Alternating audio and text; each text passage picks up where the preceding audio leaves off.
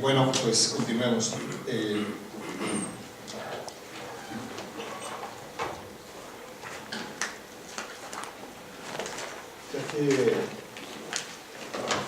Ya que vimos todo, quedó clarísimo lo que son los arqueólogos y dónde trabajamos, y pico ese que falta.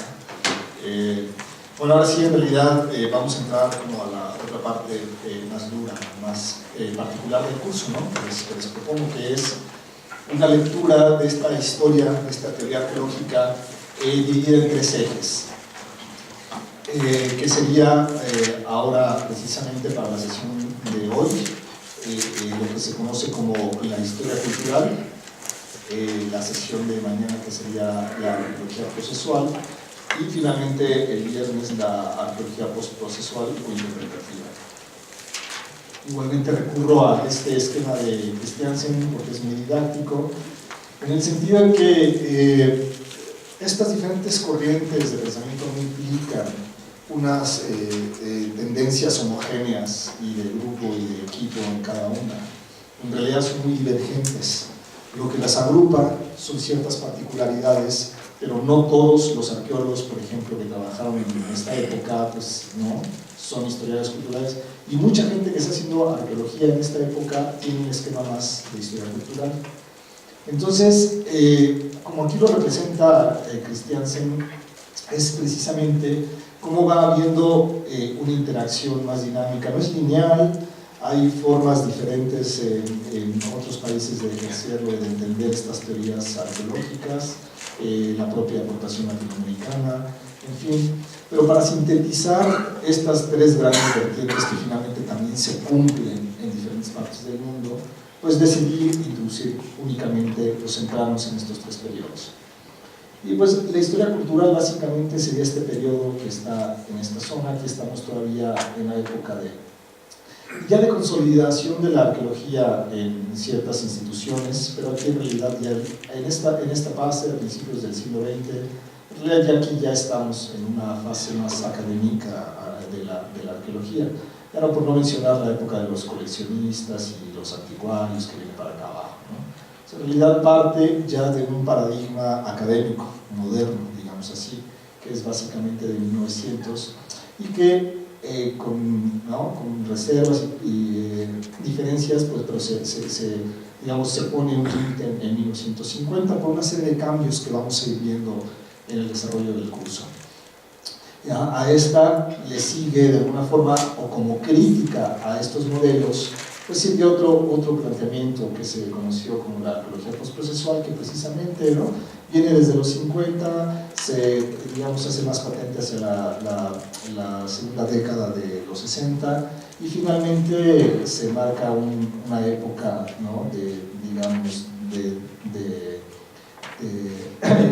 fin, por así decirlo, en los 80, aunque en realidad continúa con estas flechas lo expresan. Y finalmente la crítica a arqueólogos que, lo interesante es que los arqueólogos que fueron formados en esta fase final son los que forman esta, y los arqueólogos procesuales que fueron formados en esta partecita son los que proponen estas arqueologías postprocesuales, y pues una divergencia que retoma mucho de los planteamientos originales, y en la actualidad tenemos, en realidad es difícil dividir o entender el trabajo del arqueólogo en un paradigma. A lo mejor es la confusión de muchos, pero bueno, la arqueología actualmente básicamente,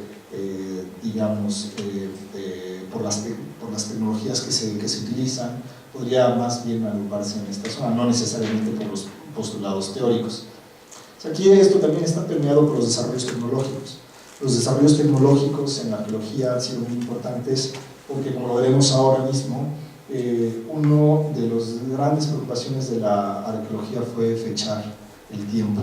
El tiempo ha sido un factor muy importante, y nosotros a partir de esta época, justo en esta transición de los 50, es cuando se empieza a practicar a utilizar el carbono 14 para fechamiento. Y a partir de esto viene un gran paradigma, bueno, con otros paradigmas de pensamiento, ¿no?, teórico en otras disciplinas, pero este básicamente es un momento muy importante. Y bueno, y el desarrollo de otras tecnologías que acompañan también el desarrollo de la arqueología. Sin embargo, en esta fase, por ejemplo, previa a los fechamientos que nosotros conocemos como absolutos, pues tiene particularidades este momento, que es lo que vamos a ver en esta parte del curso.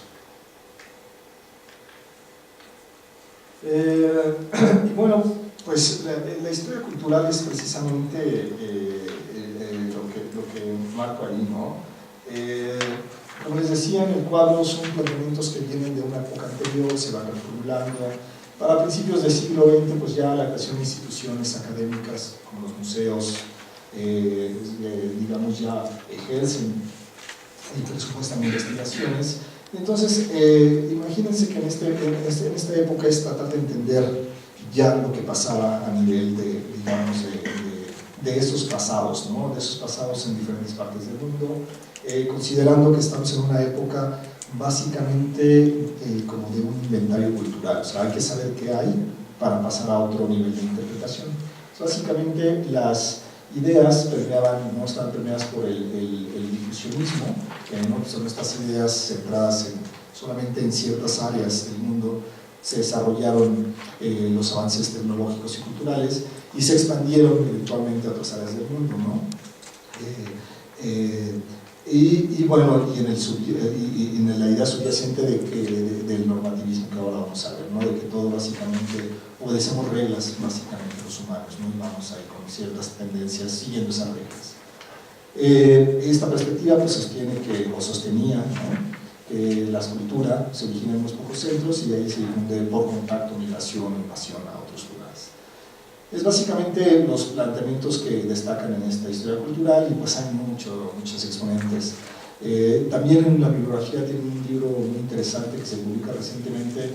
La historia cultural pues, ha estado muy golpeada por los críticos, ¿no? Y sobre todo en la época contemporánea fue esa época considerada como una descripción total, qué sé yo. Sin embargo, ya después de los 90 hay una revaluación del planteamiento de lo que es la historia cultural, y este libro que ustedes tienen, que se llama The Rise and Fall of Cultural History, que lo tienen ahí en la bibliografía, tienen un capítulo de ese libro de la bibliografía, muy interesante porque hay una revaloración de lo que hicieron, que si bien había sido el trabajo de todos ellos, ha sido más, que no ha evaluado el trabajo de Child, pero en realidad hay ya en términos arqueológicos hay una revaloración de todos estos personajes. Entonces, bueno, entre ellos, pues no, los arqueólogos más famosos de la época, historiadores, ¿no? Que están, digamos, proponiendo esta arqueología. Este periodo, como les digo, está marcado más bien por una necesidad de saber qué es lo que hay. Si bien están estas tendencias difusionistas, en realidad ahí están como en el estrato subyacente. Lo que hay que saber es qué hay, lo que hay.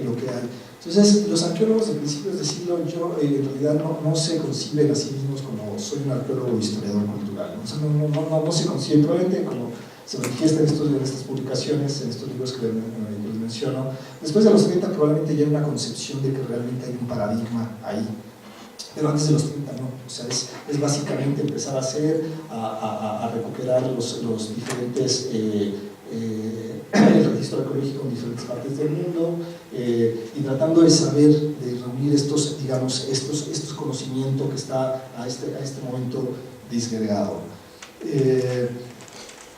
En general se ha determinado, se ha identificado que hay dos planteamientos que son los que subyacen al marco histórico-cultural, que es primero la teoría normativa y luego ahora les digo las tipologías culturales, que es el segundo. Entonces, ¿qué es lo que proponen estas teorías o qué es lo que subyace a estas teorías normativas? Las teorías normativas básicamente consideraban que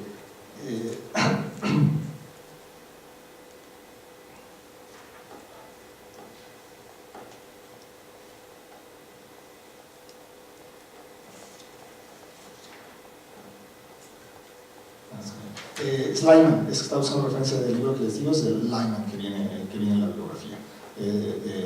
Entonces, ¿qué es lo que consideraban estas teorías normativas? En realidad, los seres humanos en realidad producimos y repetimos ciertos patrones de conducta, y esos patrones de conducta están reflejados en los materiales culturales.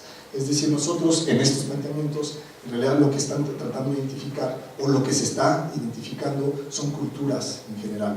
Y esas culturas en general son lo que los humanos estamos reproduciendo ciertos patrones culturales.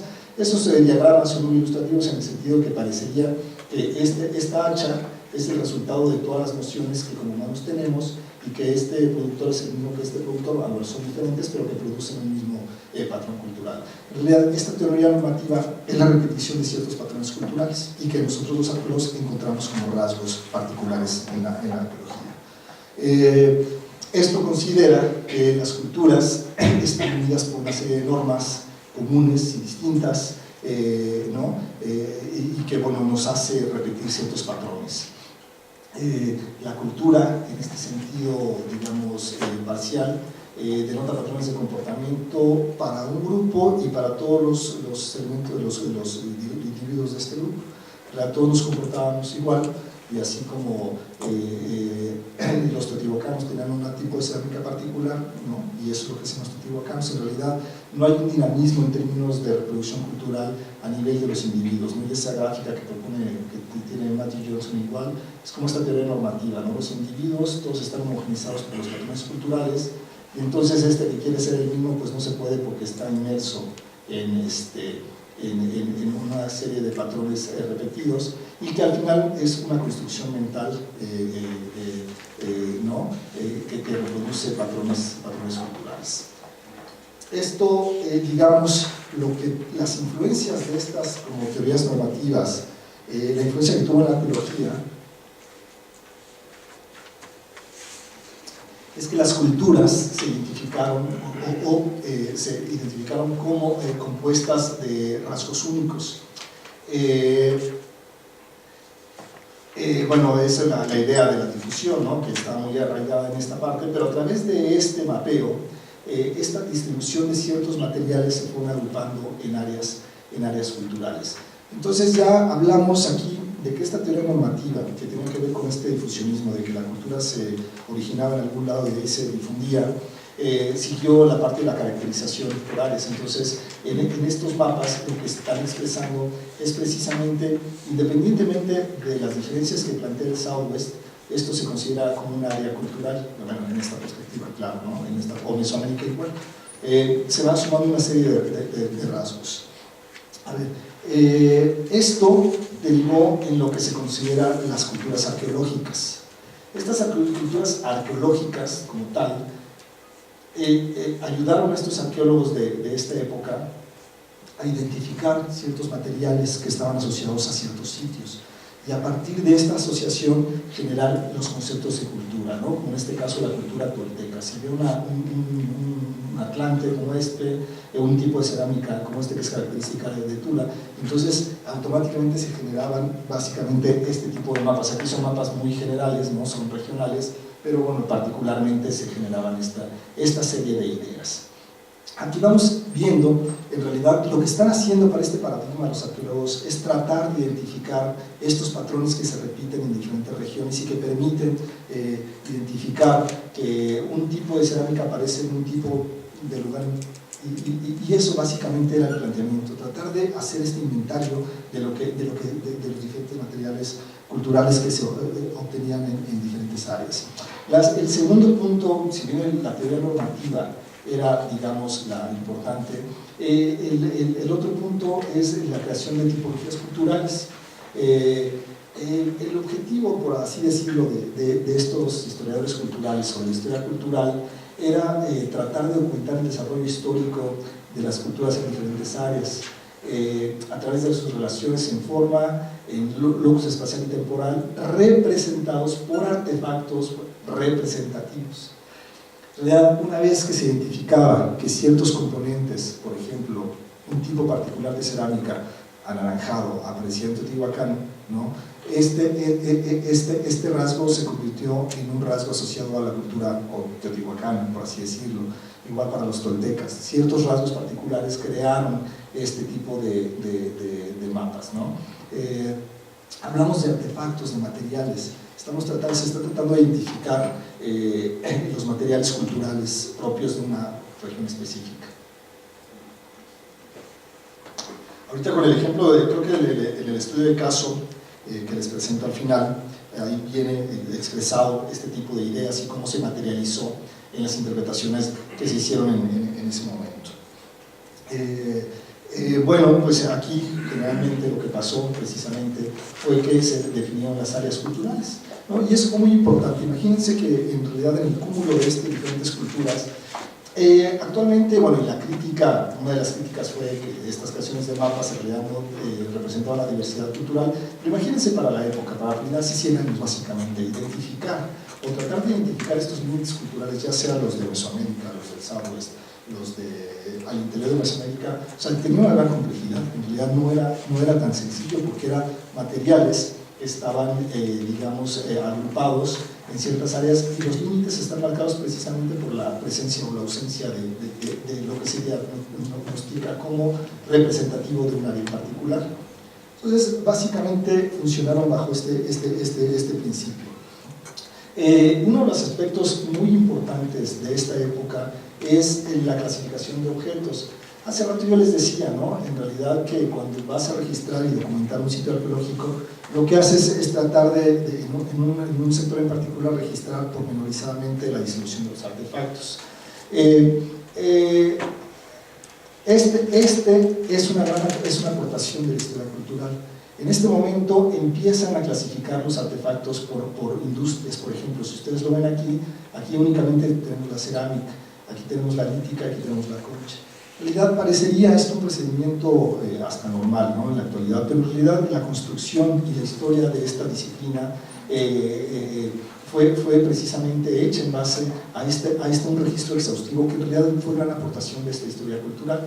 Entonces la clasificación de datos era muy importante, independientemente más allá de estos problemas, si era migración o no, que cuando estaba subyacente la teoría normativa, para entender las diferencias en esta historia cultural, la clasificación de artefactos fue muy importante, porque eso permitía establecer a la larga estas diferentes culturas arqueológicas, ¿no?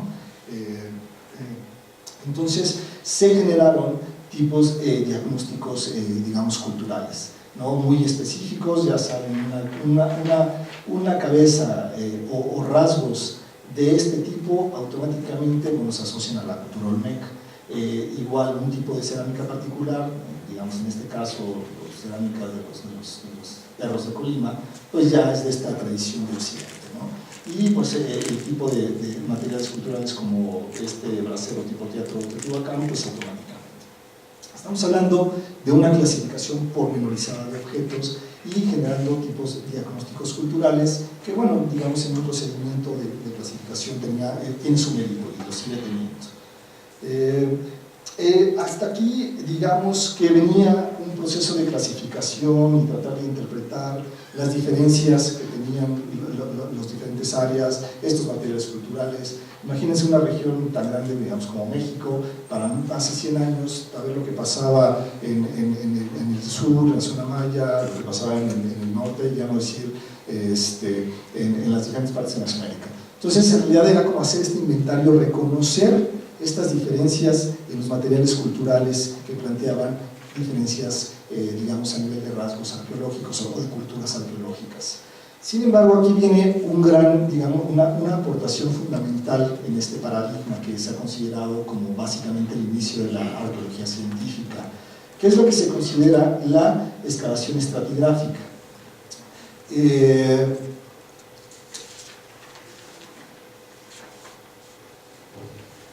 que básicamente es la incorporación de estos historiadores culturales. Hay que entender que para este momento no hay ningún tipo de fechamiento, digamos, absoluto sobre algún material, y los arqueólogos están cuestionándose cómo ubicar en el tiempo estas culturas, estos diferentes rasgos culturales que se van encontrando en diferentes zonas, cómo se van agrupando. Entonces, una de las aportaciones que tuvo este periodo, fundamentalmente con algunos actores, y en el caso mexicano, con Manuel Cano, como parte de una avanzada internacional, es la excavación estratigráfica. En este caso, bueno, también hay otras excavaciones estratigráficas. Se ha cuestionado que algunos autores consideran que la de Gami no es la primera en América, sino la que hace Nelson, que bueno, hay diferentes críticas a favor y en contra, pero bueno, en este periodo se convierte. ¿Qué es una excavación estratigráfica? Consideren que los materiales arqueológicos tienen un proceso de deposición para aquellos, digamos, que no son arqueólogos. Digamos, en este momento, este contexto es un contexto, digamos, vivo, ¿no? Aquí estamos seres humanos. El momento que este auditorio, imagínense que este auditorio se abandona, ustedes salen, se van y pasan 100 años. Si algún deterioro que vaya pasando se va depositando sobre la superficie. Lo que va a pasar en un periodo de 300, 400 años, por algún motivo, es que ese techo se va a caer. Todo lo que hay aquí, todo lo que está en este cuarto, va a quedar debajo de ese techo, ¿no? Digamos, en un proceso de deposición natural, no digo, digamos, normal, se cae. Sin embargo, arriba de este techo hay otro piso y arriba hay otro techo. O sea, se supondría que si este colapsa, va a colapsar el otro. Pero en el inter no sabemos qué pasa, no sabemos si colapsó realmente en un evento único o este colapsó, o pongamos que este colapsó en 300 años. Por algún motivo, el siguiente techo se quedó allá arriba por las traves otros 200 años. En esos 200 años pasaron cosas entre este piso que ya está sepultado por ese techo y en la superficie de ese techo ocurrieron cosas. Allá arriba hubo materiales de por medio y finalmente se cae el techo de arriba, ¿no? Entonces, ¿qué es lo que tenemos ahí? Es un contexto de deposición que obedece a un proceso natural, digamos, con los factores culturales que implica. Entonces, cuando uno excava en arqueología, excava precisamente los últimos eventos a los primeros eventos. Sí voy siendo claro para aquellos que no son arqueólogos o antropólogos, digamos, relacionados con la temática. Entonces, cuando un arqueólogo llega en un contexto prehispánico, si quiere, y excava, no excava generalmente, si hay una deposición, excava de lo último que pasó a lo más antiguo. Estos principios son los principios de deposición geológica y de ahí lo recupera la arqueología. Entonces, en los contextos arqueológicos, en una deposición ideal, porque no necesariamente todas las deposiciones son así tan literales, puede haber perturbaciones, pero se supondría que entonces, en este cuadro que expresa la arqueología anglosajona, ¿no? Aquí está la parte romana, pero en fin, en esta parte, aquí abajo, estaría, digamos, lo más viejo, mientras que arriba estaría lo más reciente. En este caso, aquí hay una botella y una bolsa de plástico, ¿no? Y los diferentes, digamos, estratos que componen en esta arqueología regional, en esta zona, cada uno de estos estratos o de estos perfiles corresponde a un proceso cultural distinto, y es muy claro, bueno, esto es muy didáctico. Pero la arqueología llega a pasar de ese tipo de cosas. Ustedes encuentran en realidad estratos muy marcados y que nos permiten establecer ciertas pautas de deposición. Entonces, en estos contextos ideales, lo que pasa aquí es lo más reciente, y conforme se va excavando es lo más viejo. Pues esto para hace 100 años, en realidad, pues estaba siendo apenas clarificado. Y entonces, hacia 1911 se hacen las primeras excavaciones aquí en México, en Azcapotzalco, por Manuel Gálvez, tratando de identificar este tipo de secuencias. Hay que considerar que para este tiempo, como les decía hace rato, no hay ninguna forma, ninguna manera de fechar lo que pasa aquí. En la actualidad ustedes se encuentran, por ejemplo, en este estrato pueden encontrar un carbón, ¿no? Una madera carbonizada. Si ustedes procesan adecuadamente esa madera carbonizada que está en esta zona, la embalan correctamente y la procesan en un laboratorio que determine la antigüedad, se van a encontrar que esta muestra, pues, a lo mejor tendrá unos, digamos, 2000 años. Entonces, esta muestra, el dato de esta muestra carbonizada va a fechar todo este estrato. Todo lo que pase aquí va a estar fechado por esa muestra de carbón. Igual acá, en el mejor de los casos que hubiera esta muestra pues debe ser más nueva, y así sucesivamente. Entonces, este avance, el punto que para 1911 no existía ninguna forma de fechamiento, únicamente la correlativa a lo que estaba más abajo era lo más viejo y lo que estaba arriba era lo más nuevo, ¿no? Entonces, estas excavaciones en realidad, o la aportación que se hace en el paradigma de la historia cultural, más allá de estas teorías normativas, a nivel metodológico, es la excavación estratigráfica. Y eso determina en gran medida la personalidad de la arqueología en la década subsecuente. En realidad nosotros, como arqueólogos contemporáneos, Uno de los aspectos más importantes es seguir un procedimiento de excavación controlada en los contextos arqueológicos. Entonces, bueno, en diferentes lugares se practican las excavaciones, entonces hay que plantear que este es realmente un cambio en la forma de practicar la arqueología y que es una aportación de estos historiadores culturales a nivel metodológico. Bueno, ahí ya ustedes saben el internacionalismo de esta época, la creación de la Escuela Internacional aquí en México por parte de Franz Boas, Gamio como siendo parte de un equipo, que es un equipo muy grande. A Gamio se le ha adjudicado la paternidad de la antropología en México en general, hay autores que lo cuestionan, ciertamente. Él fue parte de un contexto mucho más amplio de investigadores, tanto nacionales como extranjeros, y como tal, bueno, produce esta información. Entonces, bueno, ya particularmente, ahorita voy a regresar más adelante a lo que plantea Gamio en el estudio de caso, pero lo que tenemos aquí es digamos, la adecuación de ese esquema que les presentaba anteriormente, particularmente en la excavación de Azcapotzalco. Entonces, ¿qué tenemos en esta excavación de acuerdo a Gamio? Recuerden que aquí lo que están intentando entender es cómo es el proceso, cuáles son las culturas asentadas en el Valle de México, tratando de hacer estos grandes inventarios y practicando excavaciones que eran las excavaciones, digamos, la vanguardia en la investigación arqueológica. Entonces, este es un pozo de sondeo, no es el perfil de un pozo de sondeo. Acá está la superficie, digamos, acá está la superficie, y bueno, y este es el estrato más profundo. Entonces, lo que le permitió a Gamio aquí establecer es que ciertos patrones o ciertas características de cerámica, porque eso se refiere a cerámica, está marcada con este símbolo como de B, correspondían este es de arriba invertidas, a la cultura azteca. Lo que seguía, ¿no?, que era evidentemente más viejo, correspondía a lo teotihuacán, mientras que lo que estaba más abajo, estos correspondían a la cultura más vieja, que en ese momento denominaron la cultura de los cerros o de la montaña, ¿no?, o arcaica finalmente. Esto en realidad es un aporte fundamental muy importante para el desarrollo de la arqueología en esta zona y generalmente en México. Igual, ¿no?, se excava particularmente por estos niveles. En realidad aquí han cuestionado a algunos autores que estas excavaciones no son estratigráficas porque tienen niveles métricos aquí, y una excavación estratigráfica debería excavar todo el estrato, pero bueno, ya son cosas muy exquisitas de los arqueólogos, ¿no? Entonces, bueno, este procedimiento es lo que permite fechar relativamente ciertos componentes de la cultura material. Estamos hablando, para que esto se comprenda, que en este paradigma lo que se estaba tratando de interpretar o de encontrar eran rasgos materiales muy específicos, en este caso unas cerámicas particulares que asociaban directamente a culturas arqueológicas como en este caso la azteca. Dentro de este paradigma, la caracterización de esto azteca en una cerámica particular, lo teotihuacano con otra cerámica particular y la cultura arcaica con otro tipo de características. Entonces aquí tenemos exactamente el principio sintético, que sintetiza esta aportación metodológica y la aportación teórica de lo que es la historia cultural, ¿no? Pero bueno, ya luego volvemos. El punto, ¿no?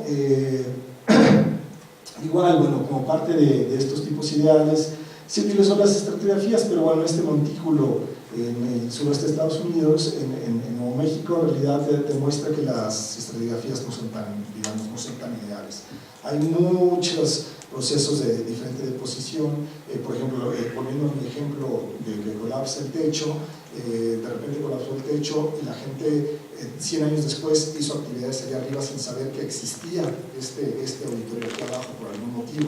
Entonces hizo actividades allá arriba que no tenían nada que ver con este auditorio por otros 100 años y luego ellos abandonaron porque a ellos se les cayó el techo de arriba, ¿no? Entonces, lo que ustedes tienen no son procesos, generalmente no hay procesos estratigráficos tan ideales. Bueno, sí pueden salir algunos contextos, no todo. Los contextos de las estratigrafías son contextos mucho más complejos, donde suceden muchos diferentes eventos. Pero bueno, también ese es el aporte, ¿no? Tratar de identificar ese tipo de componentes y cómo los contextos van siendo transformados.